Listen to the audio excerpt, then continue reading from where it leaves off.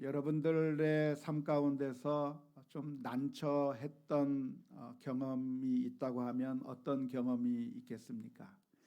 아무래도 어떤 사람이 내게 찾아와서 돈을 빌려달라고 할 때가 가장 난처한 때가 아닐까 싶습니다.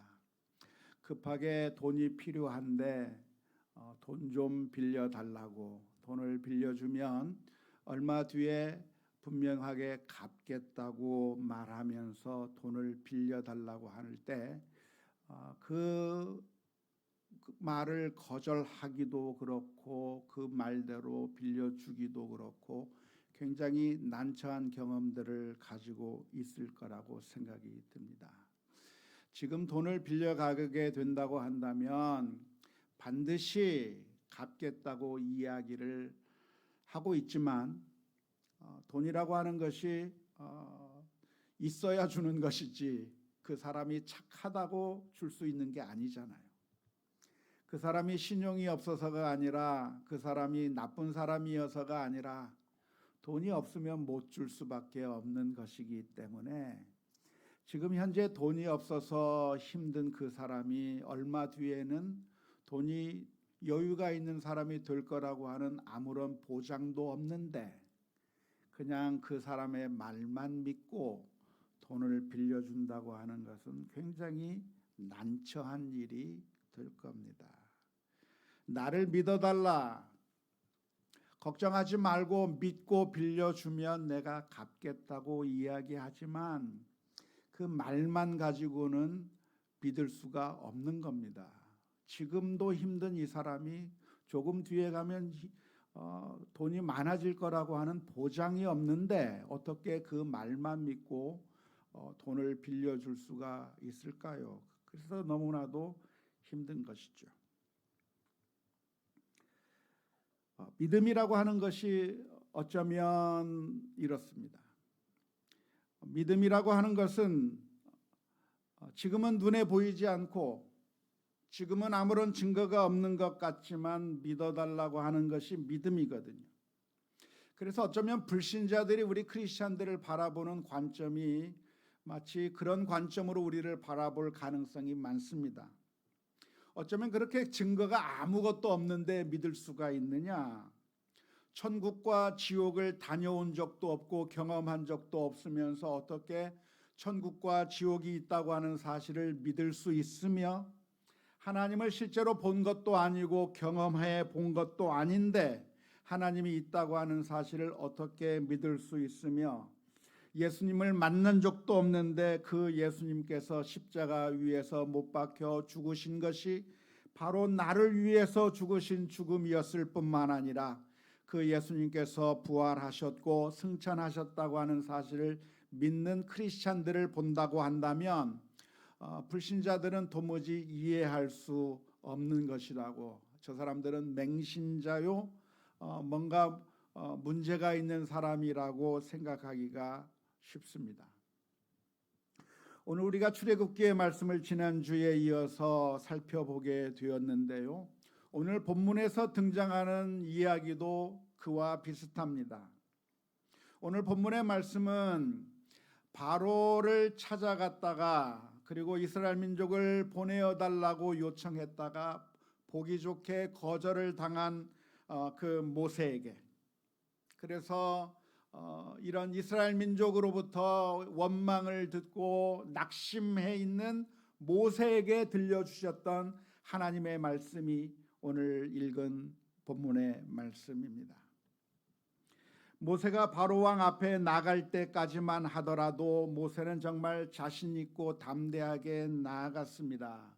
왜냐하면 모세가 하나님을 만났고 하나님께서는 이스라엘 민족을 구원해 주시겠다고 말씀해 주셨고, 그리고 지팡이를 던져서 뱀을 만드는 그런 기적을 행하는 능력도 가지고 있었기 때문에 모세는 바로왕 앞에 나아가서 이스라엘 민족을 내어달라고 말만 하면 바로왕이 내어 보내줄 거라고 생각했는데 첫 시도부터 엄청난 큰 암초를 만나게 된 겁니다. 바로왕은 단호하게 모세의 요구를 거절했을 뿐만 아니라 이스라엘 민족을 더 혹독하게 다루기 시작했습니다. 이스라엘 민족이 이런 소리를 하는 이유는 아직도 여유가 있으니까 이런 소리를 한다고 하면서 이스라엘 민족을 더 심하게 학대하기 시작했고, 결국 이스라엘 민족은 모세와 아론을 향해서 원망해 버렸고, 이스라엘 민족은 그들의 마음을 닫아버리고 말았습니다. 가만 내버려 두지 괜히 건드려서 벌집을 건드렸다, 괜히 긁어서 부스럼을 만들었다고 하면서 원망하는 그 이스라엘 민족들 앞에서 모세는 너무나도 힘들고 괴로워서 하나님 앞에 엎드렸습니다. 그렇게 엎드린 이 모세의 마음이 얼마나 낙심했겠습니까? 뭔가 근사하게 이스라엘 민족을 구원해낼 것이라고 생각을 했는데 그 계획은 완전히 산산조각이 나버렸고, 오히려 이스라엘 민족이 자기들을 향해서 욕하고 비난하고 원망하는 그런 이야기를 듣게 될 때 모세의 마음은 한순간에 무너져 버렸고, 그리고 하나님 앞에 엎드려서 하소연합니다. 울부짖습니다. 하나님, 도대체 이게 뭡니까? 구원해 주시겠다고 해놓고 하나님께서 도와주시지도 않고 저더러 이런 꼴 보라고 바로 왕 앞에 가라고 했습니까? 하나님 앞에 하소연하고 울부짖었을 때 하나님께서 나타나셔서 말씀해 주신 그 말씀이 오늘 본문에 있는 말씀입니다.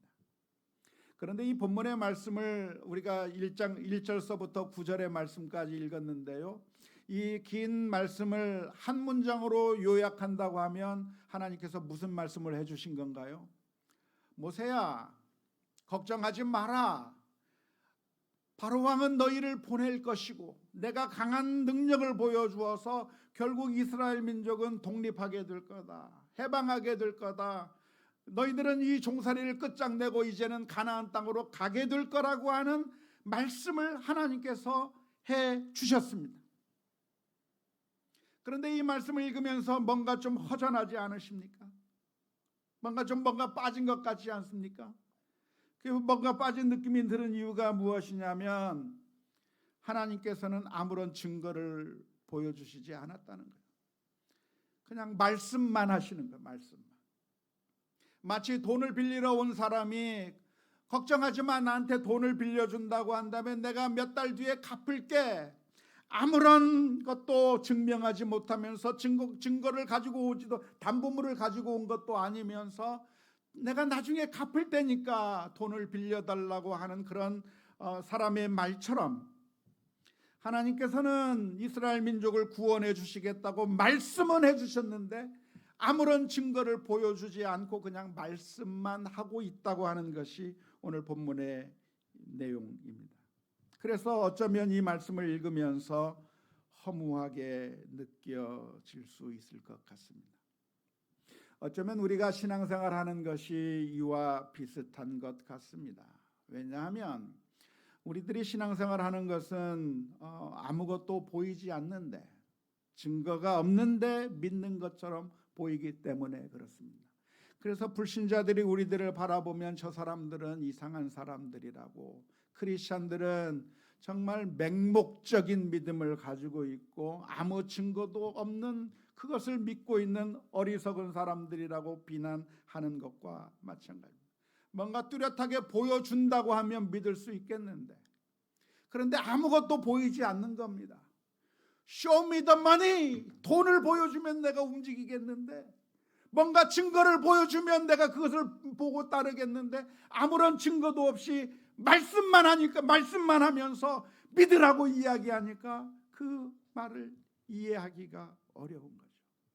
만일 이 말을 믿었다가 마치 돈을 갚겠다고 철석같이 약속한 사람에게 돈을 빌려주었는데 나중에 돈 없다고 배째라고 돈 없으니까 못 갚겠다고 해버려서 그래서 발등찍 짚게 되면 어떻게 됩니까? 우리가 살아오면서 수많은 배신을 당하면서 삽니다. 우리는 믿었다가 그 믿음의 배신을 당한 경험들이 사람들마다 다 있습니다. 철석같이 믿었는데 그런 사람으로부터 배신을 당하는 것이죠. 정말 내 친구인 줄 알았는데 알고 보니까 친구가 아니에요. 정말 나를 좋아하는 사람인 줄 알았는데 아니에요. 내가 믿을 만한 사람인 줄 알았는데 아닌 것으로 드러나서 너무나도 고통스러웠던 경험들을 우리 모두가 다 가지고 있습니다. 그런데 아무런 증거도 없는 그 믿음을 믿으라고 하니까 이것이 정말 괴로운 것이죠. 그러다가 믿는 도끼에 발등 찍히게 되면 어떻게 된다는 말입니까? 예전에 미국에 해럴드 캠핑이라고 하는 어떤 분이 계셨습니다. 이 해럴드 캠핑이라고 하는 사람은 미국에서 라디오 방송국을 운영하는 사람으로 아주 유명했는데요. 그 방송국의 이름은 패밀리 라디오라고 하는 그런 방송국이었습니다. 그 방송은 전국적인 방송이어서 미국 50개 주에서 어디선지 다 들을 수 있는 그런 아주 굉장히 큰 방송국이었고, 그 방송국을 통해서 성도들에게 그 방송국 청취자들에게 복음성가를 들려주고 찬송가를 들려주고 설교 방송도 하고 신앙 상담도 해주고 하는 그런 방송이었습니다. 마치 우리나라의 극동 방송과 비슷한 종류의 방송이었습니다. 그런데 이 해럴드 캠핑이라고 하는 사람이 얼마나 유명한지 그분이 무엇을 했냐면 그분이 유명했던 게 뭐냐면 신앙 상담이 유명했어요. 제가 극동 방송에서 그런가 상담을 이렇게 하면서 여러 사람들의 대답을 해주는 일을 한 근 1년 넘게 했는데 지난주에 끝냈습니다. 이제 아무튼 그렇게 하는데 이 해럴드 캠핑이 하는 신앙 상담은 제가 하는 것과는 좀 달랐는데요. 저는 그냥 문제들 하나씩 대답해 주는 그런 식으로 신앙 상담을 했는데 이분은 어떻게 했냐면 전화를 받는 거예요. 그러면 미국 전역에 있는 청취자들로부터 방송국에 전화가 옵니다. 전화가 와서 물어요. 이 해럴드 캠핑이라고 하는 사람 목사 안수를 받은 사람도 아니고 그냥 브라더 형제라고 부르라고 그랬는데 근데 이 사람이 그 전화를 받으면 그때 아주 기가 막힌 대답들을 잘 해주었습니다. 별별 문제들에 대해서 다 이야기해주고 어떤 사람은 해럴드 캠핑을 욕하면서 막 그렇게 질문을 해도 다 대답을 잘 해주고 그래서 아주 유명해진 그런 사람이었습니다. 그런데 이 사람이 점점 처음부터 좀 약간 이상하긴 했지만 시간이 지날수록 점점 이상한 이야기를 하기 시작하더니만 급기야 2011년 5월 21일에 예수님께서 재림할 거라고 설명을 했습니다. 예수님께서 그날 재림한다고 하는 그 이야기를 성경의 여러 구절들을 들어서 설명하면서 수많은 사람들에게 설파하기 시작했습니다. 그 이야기를 들은 청취자들은 이 사람이 그렇게 이야기하니까 예수님께서 2011년 5월 21일 날 재림할 거라고 수많은 사람들이 믿었습니다. 그 결과 어떻게 됐을까요? 재림할 날짜가 며칠 남지 않았기 때문에 사람들은 더 이상 이 세상에 대한 소망을 끊어버렸습니다. 예수님께서 조금 뒤에 재림할 거라고 하는데 직장을 다닐 필요가 뭐가 있고 저축해둘 필요가 무엇이 있고 내가 이 세상에 소망을 둘 것이 무엇이 있느냐 하면서 수많은 청취자들이 자신들의 삶을 그냥 더 이상 이 세상에서 삶을 의미 있게 생각하지 않았습니다. 그 중에 한 청취자가 있었는데요. 로버트 피츠패트릭이라고 하는 60세 어떤 분이 계셨습니다. 60이면 할아버지는 아직 아닌 건가요? 할아버지인 건가요? 아무튼 그분이 계셨는데 그분은 은퇴 자금을 가지고 있었는데 이 은퇴 자금을 가지고 있다가 이 사람의 이야기를 듣고 나서 예수님께서 오신다는데 은퇴 자금이 무슨 소용이 있겠나 하면서 자신의 은퇴 자금을 다 털어서 해럴드 캠핑에게 줬습니다. 그리고 얼마 남지 않은 이 시기에 빨리 예수님을 믿게 만드는 그런 사역에 써달라고 해서 모든 돈을 다 그 사람에게 맡겼습니다. 그리고 2011년 5월 21일 날 맨하탄 한가운데 섰습니다. 꿈에 부풀어서 이제 몇 시간 안 남았는데 예수님께서 오셔서 재림하실 때 나를 데리고 가실 거라고 하는 그런 꿈에 부풀어서 맨하탄 한가운데 서서 예수님의 재림을 기다리고 있었습니다. 그 주변에 수많은 기자들이 몰려들어가지고 그 기자들이 물었습니다. 정말 예수님이 올 거라고 생각합니까? 그러니까 그 사람은 그 기자들을 향해서 이야기했습니다. 맞습니다. 예수님이 재림할 겁니다. 여러분들도 믿으십시오 하면서 의기양양하게 기다리고 있었는데 왔어요, 안 왔어요? 예수님 안 왔어요. 5월 21일이 다 지나가고 5월 22일이 됐는데도 예수님이 안 오는 거예요. 그 뒤에 이 사람은 어떻게 살아가고 있는지 뉴스가 안 나서 제가 잘 모르겠습니다만은 이런 사람의 경우와 같은 일들이 있을 수 있는 것이죠. 근거 없는 이야기를 믿었다가 정말 그런가 하고 믿었는데 알고 보니까 순 엉터리 이야기를 믿어서 큰 낭패를 보게 되는 경우가 있게 되는 겁니다. 그런데 오늘 본문의 말씀을 보면 어쩌면 그와 비슷한 것처럼 보여요. 하나님께서 말씀하시면서 내가 이스라엘 민족을 구원해 줄 것이다라고 말씀해 주고 계시는데 하나님께서 아무런 증거도 보여주지 않으면서 그냥 말씀만 하고 계시다는 거예요. 놀랍게도 그런데 모세는 이런 하나님의 말씀을 들을 때 그 하나님을 믿었습니다. 모세가 하나님의 말씀을 믿은 이유가 무엇이겠습니까? 그것은 자신을 향해서 말씀하시는 분이 아무런 증거를 보여주지 않는 것처럼 보이지만 그저 나약하고 오류가 있는 어떤 한 인간, 방송국을 가지고 있으면서 수많은 영향력을 끼치지만 속에는 탐욕스러운 한 인간이 나에게 이야기하시는 것이 아니라 지금 모세를 향해서 말씀하시는 분은 천지를 창조하시고 지금도 이 땅을 주관하시는 그 하나님께서 말씀하시는 것이기 때문에 그렇습니다. 사람의 말도 누가 말을 하느냐에 따라 신용 여부가 달라질 겁니다. 믿을만하고 신용이 있는 사람이라고 한다면 우리가 그 사람의 말을 믿을 수 있겠지만 아무것도 가진 것이 없는 데다가 늘 거짓말만 하는 사람이라고 한다면 그런 사람의 말은 믿을 수가 없는 것이죠. 그런데 모세는 하나님이 누구신가를 알았고 그 하나님이 바로 우리를 사랑하시는 하나님이라고 하는 사실을 믿게 될 때 아무런 증거가 없는 것처럼 보인다고 할지라도 믿을 수가 있었습니다. 하나님은 어떤 하나님이십니까? 하나님은 이스라엘 민족의 조상들과 약속했던 그 약속을 기억하시고 그 약속을 이루시기 위해서 지금 역사하고 계시는 하나님입니다. 아브라함을 향해서 이삭과 야곱을 향해서 해주셨던 그 약속, 그 후손들은 그 약속을 알지도 못해요. 다 잊어버렸을 거예요. 그러나 하나님은 그 약속을 잊지 아니하시고 지금 이스라엘 민족을 구원하시겠다고 그 일을 하나씩 이루어가고 계시는 하나님이라고 하는 것이죠. 하나님의 약속은 어떤 약속입니까? 허무하게 울려 퍼지는 약속이 아니라 하나님의 말씀은 보증 수표와도 같은 것입니다.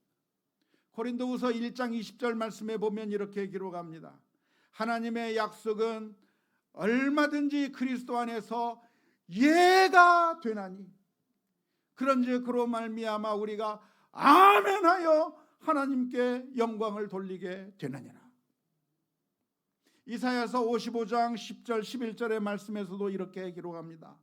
이는 비와 눈이 하늘로부터 내려서 그리로 되돌아가지 아니하고 땅을 적셔서 소출이 나게 하며 싹이 나게 하며 파종하는 자에게 종자를 주며 먹는 자에게 양식을 줌과 같이 내 입에서 나가는 말도 이와 같이 헛되이 내게로 돌아오지 아니하고 나의 기뻐하는 뜻을 이루며 내가 보낸 일에 형통하리라. 하나님의 말씀은 그냥 헛으로 들려지는 말씀이 아니라 그 말씀은 하나도 땅에 떨어지지 아니하고 다 하나님의 뜻을 기뻐하신 뜻을 이룬 다음에서라야 그 모든 일을 이루신 이루시는 것이 하나님의 말씀이라고 하는 사실을 우리가 기억해야 될 줄로 믿습니다. 모세는 하나님의 말씀을 들었을 때 그것을 믿었습니다. 왜냐하면 증거가 있느냐 없느냐가 아니라 하나님 자신이 증거이기 때문에 그렇습니다. 하지만 이 모세의 말을 전해 들었던 이스라엘 민족은 모세가 전한 하나님의 말씀을 믿지 않았습니다. 오늘 읽었던 출애굽기 6장 9절 말씀에 보면 이스라엘 민족의 반응을 이렇게 기록합니다.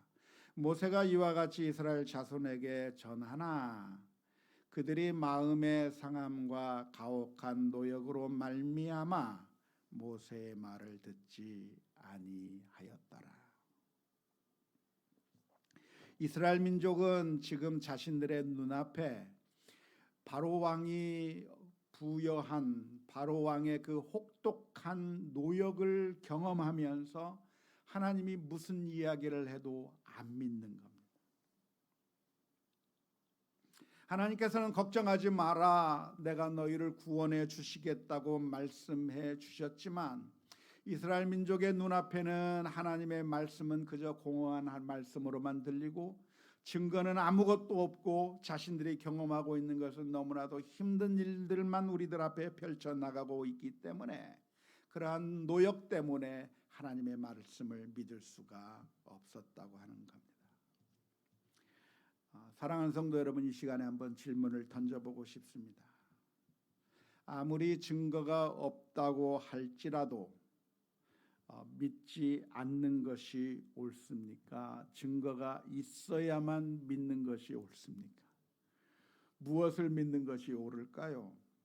증거가 있어야 믿는 게 맞습니까? 증거가 없어도 믿는 게 맞습니까? 사실은 증거는 아무것도 아니에요.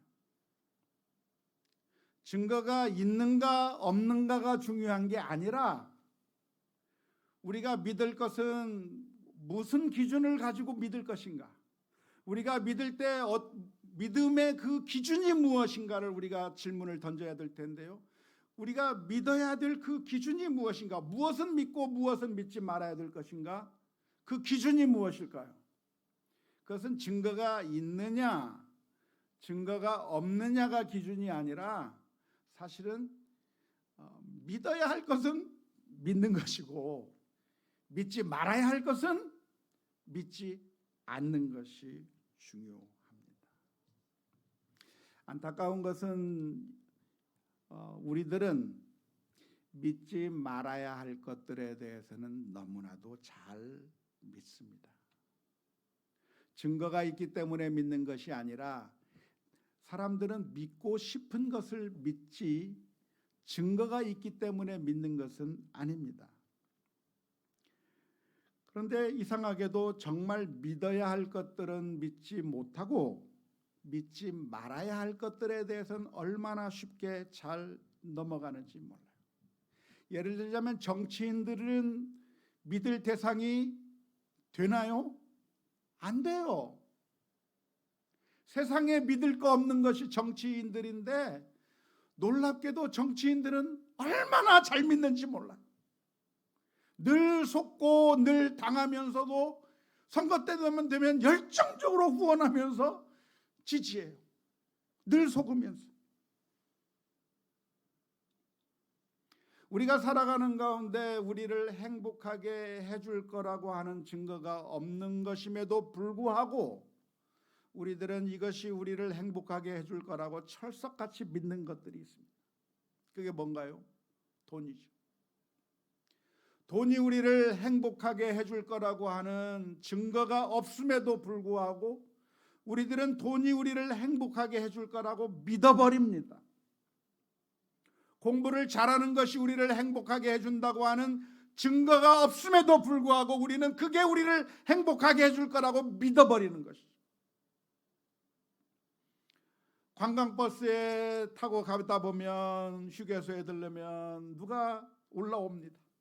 그러면서 이야기하기를 여러분 이것을 드시면 당뇨에 좋고 관절에 좋고 잠도 잘 자고 하면서 뭔가를 파는데 증거가 없어도 얼마나 잘 믿는지 몰라요. 노인정에 와서 뭘 팔면 그런가 보다 하면서 그냥 믿고 사요. 그런데 유독 하나님에 대해서만큼은 증거가 없으니까 못 믿겠다 그래요. 사실 증거가 없는 것이 아니라 우리 주변에 증거들이 얼마나 많이 펼쳐 있는지 몰라요. 저 태양은 수억 년 전부터 저 태양의 자리에 있고, 그 태양으로부터 멀리 떨어진 이 지구가 적당한 거리에 떨어져서 적당하게 돌면서 봄, 여름, 가을, 겨울을 한치도 오차가 없이 1년 365일 더운 줄 알고 이렇게 더워 미치겠구나 했더니 벌써 선선해지는 가을이 오게 만드는 이 한치도 오차가 없는 이 자연 세계를 만들어 놓으신 그 하나님의 증거들이 우리들의 눈앞에 있음에도 불구하고 하나님에 대해서만큼은 증거를 내놓으라고 하는 것이죠.